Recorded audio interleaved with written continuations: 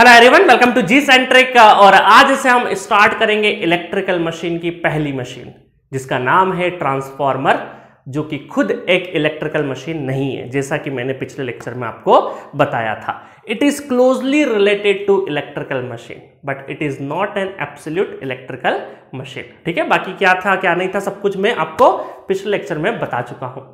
अब सबसे पहले कायदे से तो मुझे आपको सिलेबस बताना चाहिए कि ट्रांसफॉर्मर में क्या क्या सिलेबस है आपके गेट एग्जामिनेशन में, डिटेल सिलेबस, और उसको किस हम लोग बोल सकते हैं किस सीक्वेंस में पढ़ने वाले उन सारे टॉपिक्स को वो बताऊंगा।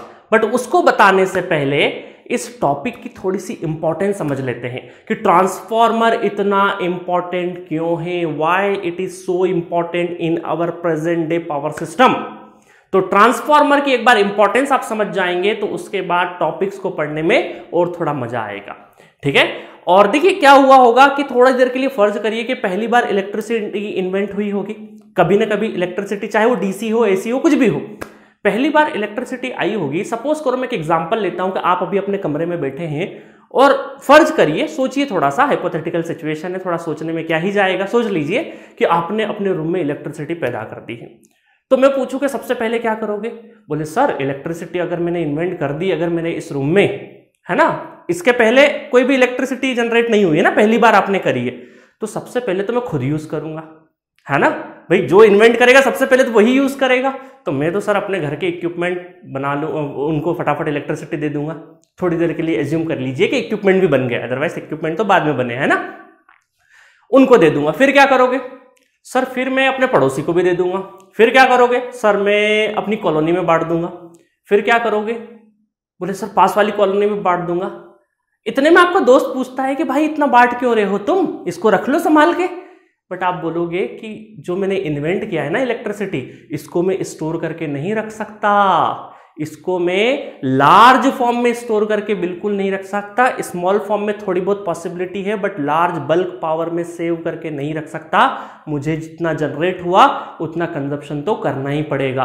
तो क्यों ना मैं ये ऐसे ही वेस्ट हो जाए तो मैं किसी न किसी को दे ही दूं, क्योंकि मैं जितना जनरेट करूंगा उतना कंजप्शन होना जरूरी है, क्योंकि सेव हो नहीं सकती है इलेक्ट्रिसिटी। तो इसका मतलब मुझे डिस्ट्रीब्यूट करना पड़ेगा, मुझे डिस्ट्रीब्यूट करना पड़ेगा। और इस जनरेशन में जितनी कॉस्टिंग आ रही है उस कॉस्टिंग को भी मैं अगर थोड़ी सेल कर दूंगा पड़ोसी अड़ोसी को, कॉलोनी को, तो उनसे थोड़ा सा पैसा ले लूंगा, तो मेरा ये जनरेशन में जो कॉस्टिंग है, जिस फ्यूल से मैं जनरेट कर रहा हूं, वो मुझे काम आ जाएगा, उसको खरीदने में, सिस्टम को चलाने में हो जाएगा। तो ऐसा ही पहली बार किसी ने सोचा होगा, ऐसा ही पहली बार किसी ने सोचा होगा। तो पहली बार एसी तो बहुत बाद में आया, बहुत बात तो नहीं बोलेंगे, पैरेलली सारी चीजें चल रही थी। मैं सब बताऊंगा, एक हिस्टोरिकल सीक्वेंस भी बता दूंगा, प्रमुख घटनाएं जो हुई है इतिहास में वो सारी बता दूंगा। तो आज की तारीख में जो हमारा एसी सिस्टम है उसमें ट्रांसफॉर्मर का बहुत बड़ा रोल है, क्योंकि ट्रांसफॉर्मर एक ऐसा डिवाइस हुआ जिसको हम जेब में भी रख सकते हैं, और आप अभी जिस रूम में बैठे उतना बड़ा ट्रांसफॉर्मर भी बनाया जा सकता है। इसका वाइड एप्लीकेशन है, वो भी समझेंगे। तो सबसे पहले हम देखते हैं कि कैसे डीसी पावर, पहला डीसी डिस्ट्रीब्यूशन, इलेक्ट्रिसिटी बनने के बाद उसको डिस्ट्रीब्यूट करना था, रख तो नहीं सकते हम लोग, जैसे मैंने अभी एग्जांपल में बताया। तो पहली बार थॉमस एडिसन ने यूएसए में न्यूयॉर्क सिटी में सितंबर 1882 में पहला सेंट्रल पावर स्टेशन बनाया जिससे इलेक्ट्रिसिटी सप्लाई करी। उसके बारे में जानते हैं ना। First power distribution station USA invented by Thomas Edison. September 1882 New York city में इन्होंने फर्स्ट सेंट्रलाइज्ड पावर स्टेशन बनाया, ऑपरेशन में आया। ठीक है, और ऑपरेशन में जैसे देखो इन्होंने क्या किया, जनरेट किया। क्या किया? जनरेट किया। जनरेट कितने वोल्ट पे किया? इन्होंने 120 वोल्ट पे क्या किया, इलेक्ट्रिसिटी को जनरेट किया। जनरेट किया। जनरेशन के बाद इन्होंने क्या किया कि लोड को, मतलब कि जो घर है वहां पे छोटे छोटे घर बने हुए थे, लोड मान लेते हैं उनको। और लोड उस टाइम पे जो लोड है, आज की तारीख में तो मोटर वगैरह सब लोड में आती है, बट उस टाइम पे लोड में सिर्फ और सिर्फ बल्ब था। क्या था? बल्ब चमकता था। तो इन्होंने क्या किया, इस जनरेटिंग स्टेशन से 120 वोल्ट का इलेक्ट्रिसिटी जनरेट किया, जिसका नेचर क्या था, डीसी। ठीक है, और इन्होंने क्या किया, इस 120 वोल्ट के डीसी इलेक्ट्रिसिटी को ट्रांसमिट किया या डिस्ट्रीब्यूट किया। ट्रांसमिट नहीं बोलेंगे क्योंकि बहुत लंबा नहीं किया, इन्होंने वहीं पास में एक बल्ब को क्या किया, पावर सप्लाई करी। अब बल्ब के यहां पे बैठा है और यहां पे थॉमस एडिसन बैठे, थोड़ी देर के लिए एक हाइपोथेटिकल सिचुएशन सोच लेते हैं। 120 वोल्ट पे वो जनरेट कर रहे हैं और बोल रहे हैं इस बल्ब को कि देखो भाई इलेक्ट्रिसिटी पहुंचा कि नहीं पहुंचा। बल्ब बोलेगा कि हाँ पहुंच तो रहा है, बट यहां जो बल्ब है ना, इनकैंडेंस लैंप, वो थोड़ा सा ग्लो ज्यादा नहीं कर रहा है, थोड़ा थोड़ा ही ग्लो कर रहा है ना, जिसको डीम लाइट बोलते हैं हम लोग कई बार, है ना। तो यहां से इन्होंने आवाज लगाई होगी, ऐसा सिचुएशन बना लेते हैं कहानी के तौर पे, थोड़ा सा पढ़ने में मजा आएगा आपको, कि यहां से 120 वोल्ट पे इन्होंने जब इलेक्ट्रिसिटी जनरेट करके वहां पहुंचाई कि बल्ब जला के नहीं जला, तो बल्ब वाले एंड पे जो भाई साहब बैठे थे उन्होंने बोला यार जल तो रहा है बट थोड़ा सा डीम लाइट है।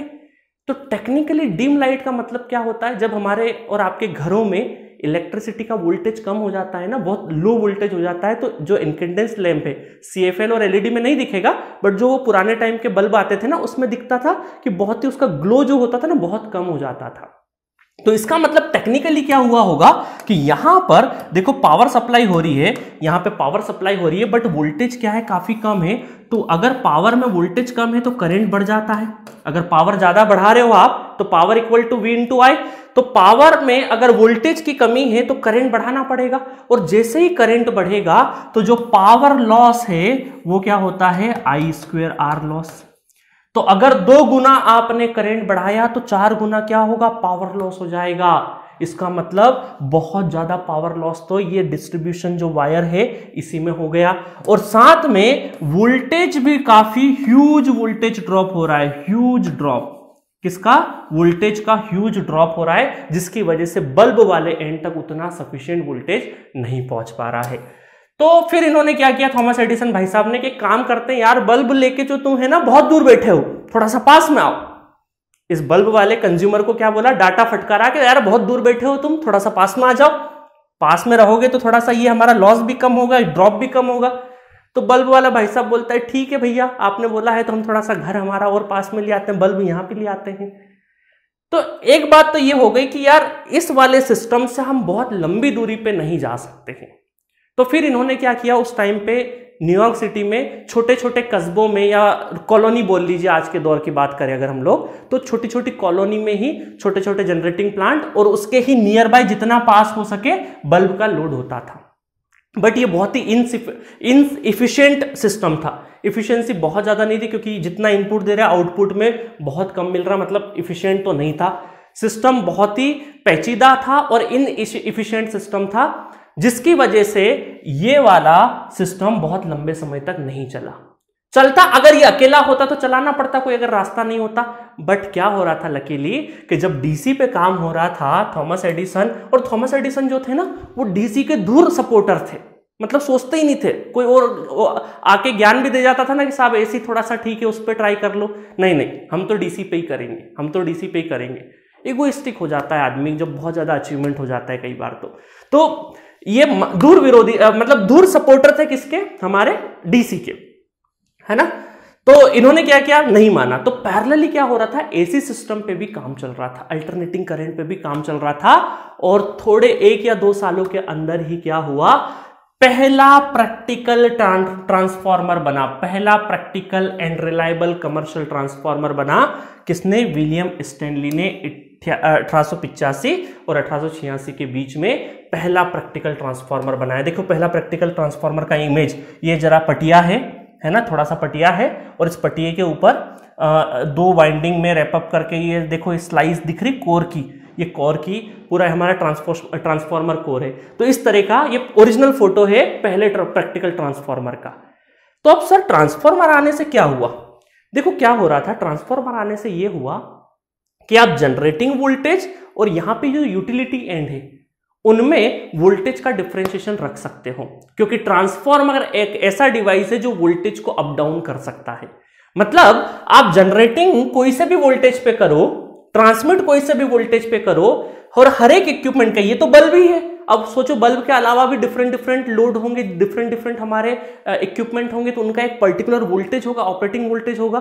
तो आप जिस वोल्टेज पे चलाना चाहो उस वोल्टेज पे आप चला सकते हो with the help of transformer. और इस ट्रांसफॉर्मर ने पूरी काया पलट कर दी पूरे ट्रांसमिशन सिस्टम की, पूरे ट्रांसमिशन सिस्टम की काया पलट कर दी, क्योंकि इन्होंने बोला, और एसी के जितने भी सपोर्टर थे उस टाइम पे, अल्टरनेटिंग करंट के सपोर्ट में जितने भी लोग थे, उन्होंने बोला कि अब आपको क्या करना है, आप एक काम करिए, ये जो जनरेटिंग आपको अभी तक क्या हो रहा था ना, अभी तक ये हो रहा था कि जहां जनरेट कर रहे हो उसके आसपास ही आप कंज्यूम कर सकते हो, ये हमारे पास रेस्ट्रिक्शन था।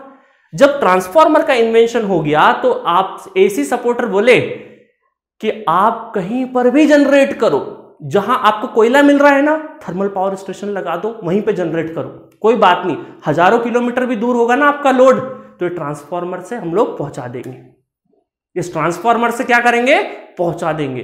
तो कितनी बड़ी प्रॉब्लम सॉल्व करी होगी, आप थोड़ा सा इमेजिन करिए, इतिहास को थोड़ा सा अगर देखें, एक कुछ मीटर्स या कुछ किलोमीटर्स, चंद किलोमीटर्स पे ही हम पावर सप्लाई कर पाते थे, इस प्रॉब्लम को हजारों किलोमीटर तक आप पावर सप्लाई करने में सक्षम हो सके, क्योंकि ज्यादातर ये जो जनरेटिंग प्लांट्स होते हैं ना, जनरेशंस होते हैं, वो जितना नियर बाय फ्यूल, क्योंकि जो आप इलेक्ट्रिसिटी जनरेट करेंगे उसके लिए फ्यूल की जरूरत पड़ेगी ना, जैसे कोयला है तो कोल बेस्ड पावर प्लांट बना दोगे, गैस है तो गैस बेस्ड पावर प्लांट बना दोगे, तो आप हजारों किलोमीटर दूर अपना पावर प्लांट बना लो, जनरेट कर लो, और लोड जहां पे लो वोल्टेज पे है, जहां पे कंज्यूमर सिटी है, जहां पे डेंस पॉपुलेशन वाला एरिया है, वो चाहे किलोमीटर्स कितना भी दूर होगा, इस ट्रांसफार्मर की हेल्प से हम लोग क्या करेंगे, इलेक्ट्रिसिटी पहुंचा देंगे।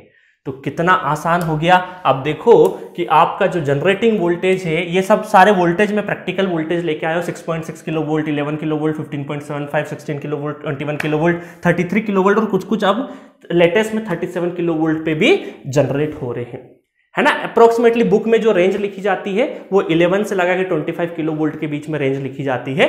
तो जनरेटिंग वोल्टेज, इतने वोल्टेज पे हम जनरेट कर पाए। सर इससे ज्यादा क्यों नहीं जनरेट कर सकते, इसका जवाब मैं आपको पावर सिस्टम में ऑलरेडी, अगर जो मुझसे पढ़े होंगे तो दे चुका हूं, जवाब वहां देंगे, अभी यहां पे उसकी जरूरत नहीं है, ठीक है। तो यहां पर ये सब हमारे जनरेटिंग वोल्टेज है, और देखो यहां पर इस अगर जनरेटिंग वोल्टेज से अगर हम लोग डायरेक्टली, यहां पे हमारा कंज्यूमर बेटा है, सिंगल फेस और 3 फेस, और कोई इंडस्ट्रियल होगा तो वो मतलब इंडस्ट्रियल भी हो सकता है, उसकी बात बाद में करेंगे हम पावर सिस्टम वगैरह में। बट अब आप ये समझिए कि सिंगल फेस यूजर होगा तो उसको 230 वोल्ट की जरूरत है, 3 फेस होगा तो 415 वोल्ट की जरूरत है। तो इसका मतलब है कि जनरेटिंग स्टेशन से हमें लोड तक इलेक्ट्रिसिटी सप्लाई करना है, इसके बीच में हजारों की संख्या में, सैकड़ों की संख्या में ट्रांसफार्मर लगे रहते हैं। तो क्या हुआ, इतने वोल्टेज पे हमने इस एसी मशीन से पावर को जनरेट कर लिया, और उसके बाद हमने धीरे से क्या किया, इस स्टेप अप ट्रांसफार्मर से क्या किया, सपोज करो यहां पे 11 किलो वोल्ट जनरेटिंग वोल्टेज है, इनमें से एक मैंने मान लिया, तो 11 किलो वोल्ट से मैंने 400 किलो वोल्ट पे क्या कर दिया, स्टेप अप कर दिया, वोल्टेज बढ़ा दिया।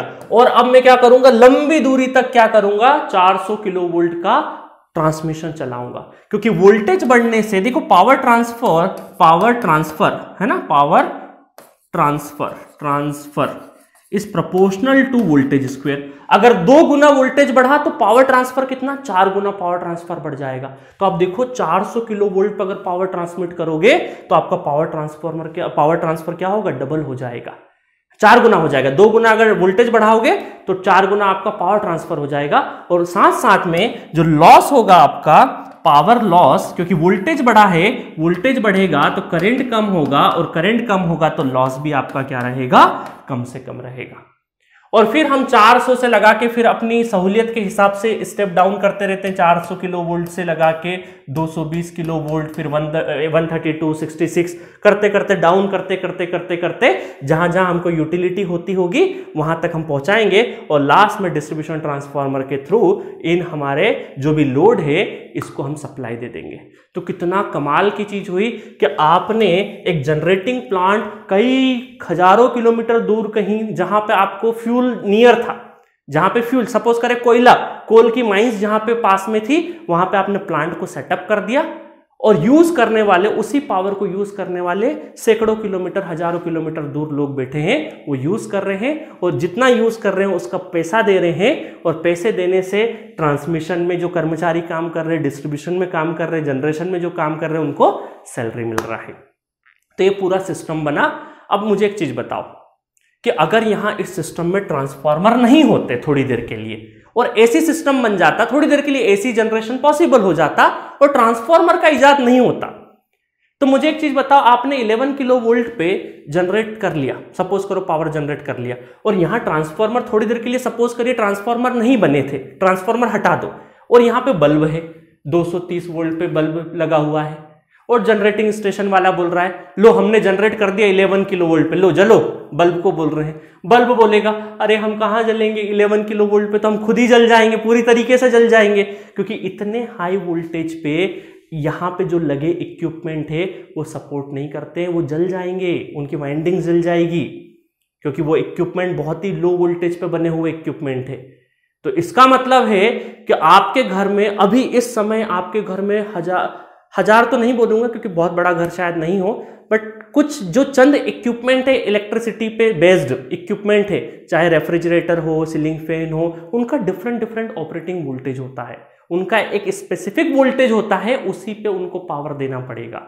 और ये सारा काम हुआ है, जैसे आप मोबाइल चार्ज कर रहे हो तो अलग वोल्टेज पे चार्ज कर रहे हो, मिक्सर चला रहे हो तो अलग पे कर रहे हो, रेफ्रिजरेटर चला रहे हो अलग पे, एसी चला रहे हो अलग पे चला रहे हो, तो हर एक इक्विपमेंट का एक यूनिक वोल्टेज है, उसी वोल्टेज पे हमें इलेक्ट्रिसिटी देना पड़ेगा। और ये सारा पॉसिबल हुआ बिकॉज ऑफ दिस ट्रांसफार्मर। ये ट्रांसफार्मर है, साथ साथ आपके हर एक इक्विपमेंट के अंदर छोटे छोटे जेब में रखने तक के ट्रांसफार्मर लगे हुए हैं। तो इसी वजह से ट्रांसफार्मर का इतना बड़ा रोल है, आज जो एसी सिस्टम अलाइव है, जिंदा है, बिकॉज ऑफ ट्रांसफार्मर।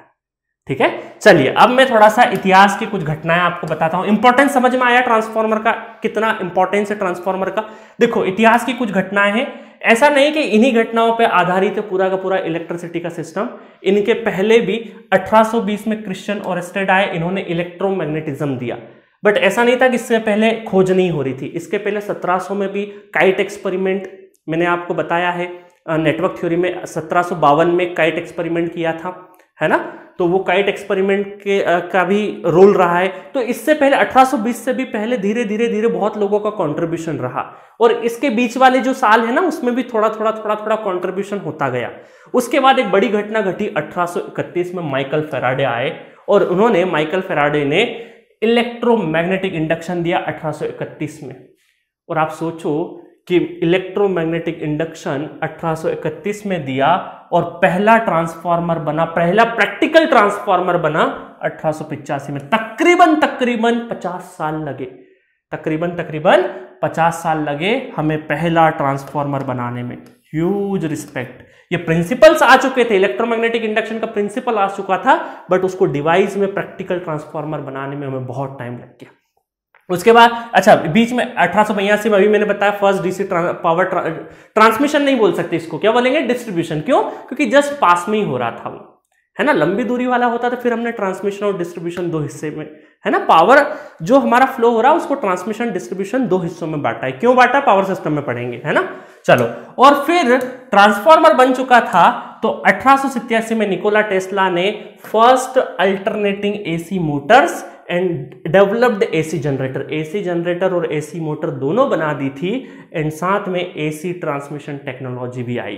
तो इसका मतलब है कि निकोला टेस्ला आए, उन्होंने बोला कि एक काम करो, सिर्फ बल्ब नहीं अब आपके पास, अब मोटर्स भी है, आप एसी बेस्ड मोटर चलाओ। और आज की तारीख में इस धरती पर जितना power consumption, total power consumption में से 85% कंजप्शन अकेला इंडक्शन मोटर लेता है, अकेला इंडक्शन मोटर लेता है। तो अब मोटर्स भी एसी है, जनरेटर भी एसी है, और ट्रांसफार्मर तो आ ही चुका था, तो सारी प्रॉब्लम सॉल्व होने लगी। और जो मानव सभ्यता जिस स्पीड से बढ़ी यहां से 1887 के बाद, देखो नया नया कोई हजारों साल पुराने इतिहास नहीं पढ़ रहे हम लोग कि 1000, 2000, 5000 साल की बात कर रहे हैं, नहीं, बहुत लेटेस्ट है 1887। आज से तकरीबन 1987 ले लो और ये 20-30 साल ये ले लो, मतलब 130-140 साल से पुराना इतिहास नहीं है। तो समझो, इसके बाद जब मोटर्स और जनरेटर बन गया, फिर हमारी ट्रांसमिशन टेक्नोलॉजी डेवलप हुई। 1887 के बाद से मानव सभ्यता में इतना एडवांसमेंट हुआ कि जो आज की तारीख में हमें रिफ्लेक्ट देखने को मिल रहा है। आज हम इलेक्ट्रिसिटी के बिना सांस भी नहीं ले सकते हैं, है ना। तो बहुत काम हुआ है। तो ये सारे के सारे महानुभाव को मैंने ले लिया। कुछ छूट गए हो एक आध घटना जो आपको लगता हो कि इसमें आना चाहिए, कोई बात नहीं, जो जो मुझे मेन लगी वो मैंने यहाँ पे ले लिए। चलिए अब चलते हैं, अब थोड़ा सा आ जाते हैं वापस से हमारे गेट की प्रिपरेशन कर रहे हैं। सर अब अभी इतिहास नहीं पढ़ रहे हम लोग, क्या कर रहे हैं, गेट की प्रिपरेशन कर रहे हैं।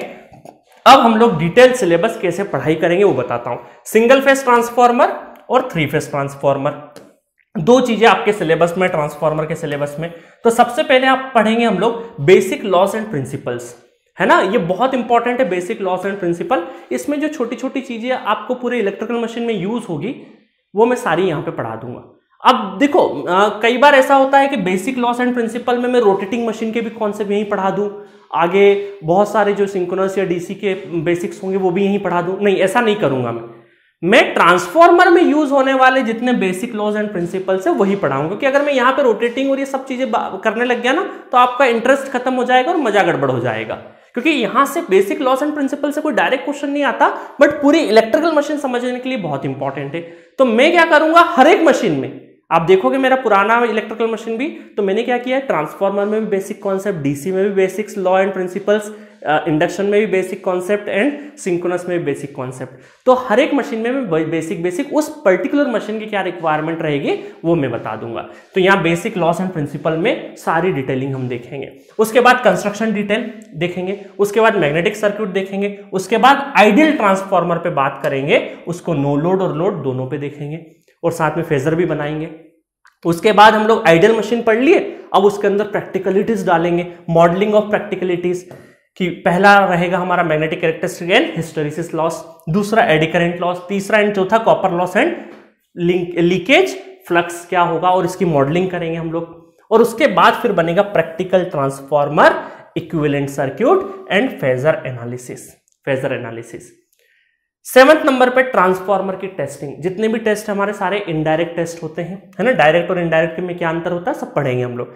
Polarity test, OC and open circuit and short circuit test, Sumpner test and dummy load test. अब देखो गेट के सिलेबस में तो क्या होता है, गेट के सिलेबस में सिर्फ और सिर्फ यही हमारा पोलैरिटी टेस्ट ले लो या ओसीएससी टेस्ट ले लो, यही सिलेबस में, ये सिलेबस का हिस्सा हमारे गेट में नहीं है। बट फिर भी बहुत सारे सेमेस्टर गोइंग स्टूडेंट को काम आ जाता है, कई बार एक वन लाइनर टाइप में किसी एसएससी जेई वाले एस्पिरेंट को या ईएससी में एमसीक्यू में कई बार पूछा जाता है, तो फिर भी मैं बता दूंगा, टेस्ट पढ़ा दूंगा, ठीक है। अदरवाइज गेट के सिलेबस में नहीं है।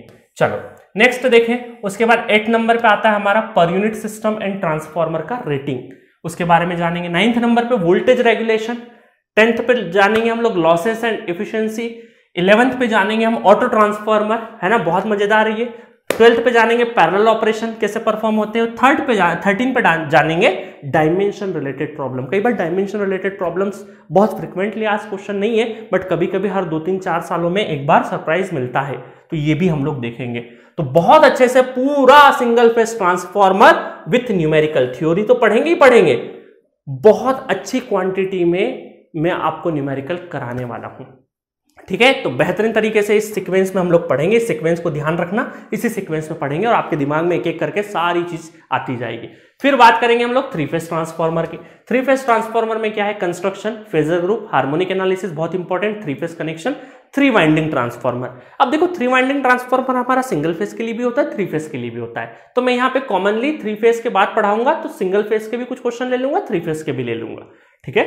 नेक्स्ट है कुछ एक्स्ट्रा टॉपिक्स है जो कि कई बार हमारे एग्जाम में होते हैं, या फिर हमारे एग्जाम मतलब जो सेमेस्टर एग्जाम्स है वहां पे पूछे जाते हैं, कई बार वाइवा में पूछे जाते हैं, कई बार आपके इंटरव्यूज में पूछे जाते हैं, है ना। तो ये जो एक्स्ट्रा टॉपिक्स है ये गेट के सिलेबस का हिस्सा बिल्कुल भी नहीं है।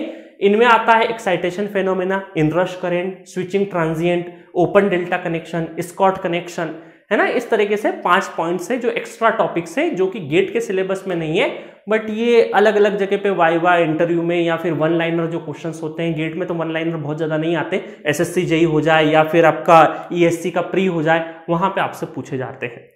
तो इनको क्या करूंगा मैं, एक तो ये चीज हो कि सिंगल फेज 3 फेज पढ़ाने के बाद पढ़ा दूं एक्स्ट्रा टॉपिक, या फिर मैं क्या करूंगा कि पहले मैं गेट का जो सिलेबस है इलेक्ट्रिकल मशीन का पहले वो कंप्लीट कर दूं, उसके बाद ये एक्स्ट्रा टॉपिक्स, हर एक मशीन में कुछ ना कुछ एक्स्ट्रा टॉपिक्स है उनको ऐड कर दूंगा। क्योंकि मैं यहाँ पे गेट का सिलेबस सबसे पहली मेरी प्रायोरिटी है, तो उसको सबसे पहले खत्म करेंगे ताकि वो हमारे एग्जाम पॉइंट ऑफ व्यू से सारी चीजें हो जाए, फिर ये हर एक मशीन में जो एक्स्ट्रा टॉपिक्स रहेंगे उनको मैं अलग से ऐड कर दूंगा। तो देखते हैं, पढ़ते टाइम पे मुझे लगा कि 3 फेज के बाद ही मैं करा दूं इमीडिएट, आप ज्यादा डिमांड करेंगे तो वहीं कर दूंगा, नहीं करेंगे तो फिर मैं मशीन के बाद करा दूंगा, ठीक है। बट जो मेरा गेट के सिलेबस में एक एक लाइन, एक एक जो पिछले 20, 25, 30 सालों से जहां जहां से क्वेश्चंस आ रहे हैं उन क्वेश्चंस को भी देखेंगे हम लोग, एक्स्ट्रा क्वेश्चंस भी देखेंगे, और बहुत यहां पे जितनी भी स्टैंडर्ड किताबें हैं उन सब का समावेश एक जगह पे मैं पेश करने की कोशिश करूंगा, और बहुत ही क्रिएटिव तरीके से, क्योंकि ये इलेक्ट्रिकल मशीन में आपके लिए तो पढ़ा ही रहा हूं, बट उससे ज्यादा मैं अपने लिए पढ़ा रहा हूं कि मैं चाहता हूं कि ये मशीन और भी बेहतर दिखे, और भी इस टॉपिक को या पर्टिकुलर टॉपिक को और क्रिएटिव तरीके से मैं बना सकूं, तो दिल से पढ़ाऊंगा, ठीक है। तो आपका भी इंटरेस्ट रहेगा, बेहतरीन रहेगा, मैं इस चीज की गारंटी देता हूं कि मेरे शुरू के 5-7 लेक्चर इत्मीनान से देखना, उसके बाद नहीं मजा आए तो बता देना, क्योंकि आपको डेफिनेटली मजा आने वाला है, क्योंकि इलेक्ट्रिकल मशीन है ना, दिमाग से नहीं दिल से पढ़ाना पड़ता है, तभी मजा आता है। जैसा मैं फील करूंगा वैसा फील करवाऊंगा, ठीक है। और इसके पहले वाले जो मशीन पढ़े होंगे ना जो स्टूडेंट, वो जानते हैं कि किस तरीके, देखो जब मैं ऑफलाइन क्लासेस लेता था ना, एक बात बताता हूँ कि इलेक्ट्रिकल मशीन अगर मैं रोज 4 घंटे 6 घंटे क्लास लेता था तो तकरीबन 25 दिन में खत्म होता था किसी ऑफलाइन सेंटर पे इलेक्ट्रिकल मशीन।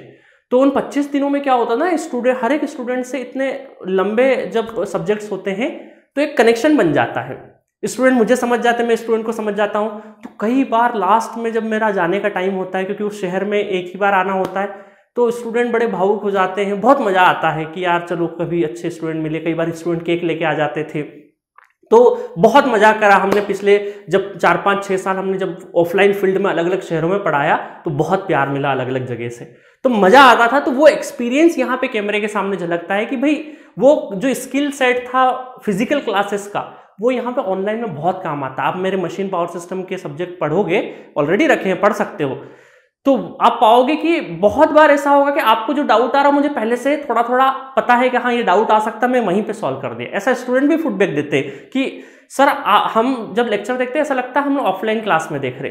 तो मैं पूरी कोशिश करूंगा अपनी तरीके से कि इस मशीन को मैं बहुत ब्यूटीफुली तरीके से प्रेजेंट करूं, साथ में आपको बहुत अच्छे न्यूमेरिकल कराऊं, और इस चीज का भी ध्यान रखूंगे कॉम्पैक्ट इंफॉर्मेशन भी रहे, कि ऐसा नहीं कि मैं मजे मजे में बहुत लंबा खींच दूं, नहीं, साथ में इसका भी ध्यान रखना है मुझे कि आप फाइनल जब रिवीजन करो इस मशीन को तो बहुत कॉम्पैक्ट तरीके से करो, ठीक है। और बहुत मजेदार तरीके से इस मशीन को शुरुआत करेंगे हम लोग। तो नेक्स्ट लेक्चर में मिलेंगे हम लोग बेसिक लॉज एंड प्रिंसिपल के साथ में, ठीक है। जी सेंट्रिक पे 25% कंटेंट आपका यहाँ पे डलने वाला है यूट्यूब पे डेमो जैसा, बाकी फुल कोर्स आपका एप्लीकेशन पे ही मिलेगा। जी सेंट्रिक ऐप एंड्रॉइड से डाउनलोड कर सकते हो, iOS यूजर जितने भी है वो माई इंस्टीट्यूट ऐप डाउनलोड करना ऐप स्टोर से, ORG कोड है GSENT, देन मोबाइल नंबर डालोगे तो iOS डिवाइस पे भी चलेगा, ठीक है गाइस। तो मिलेंगे नेक्स्ट लेक्चर में ट्रांसफॉर्मर के बेसिक लॉज एंड प्रिंसिपल के साथ, और उनकी पहले लिस्ट बनवाऊंगा, फिर एक एक करके सारी चीजों को डिस्कस करेंगे। Okay, thank you.